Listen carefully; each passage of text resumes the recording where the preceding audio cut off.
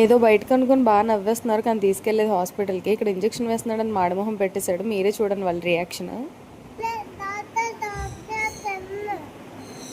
తిన్నకుంటావా?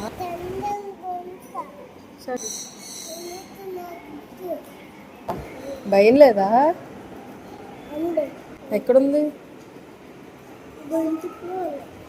గొంతుకులో ఉందా భయం?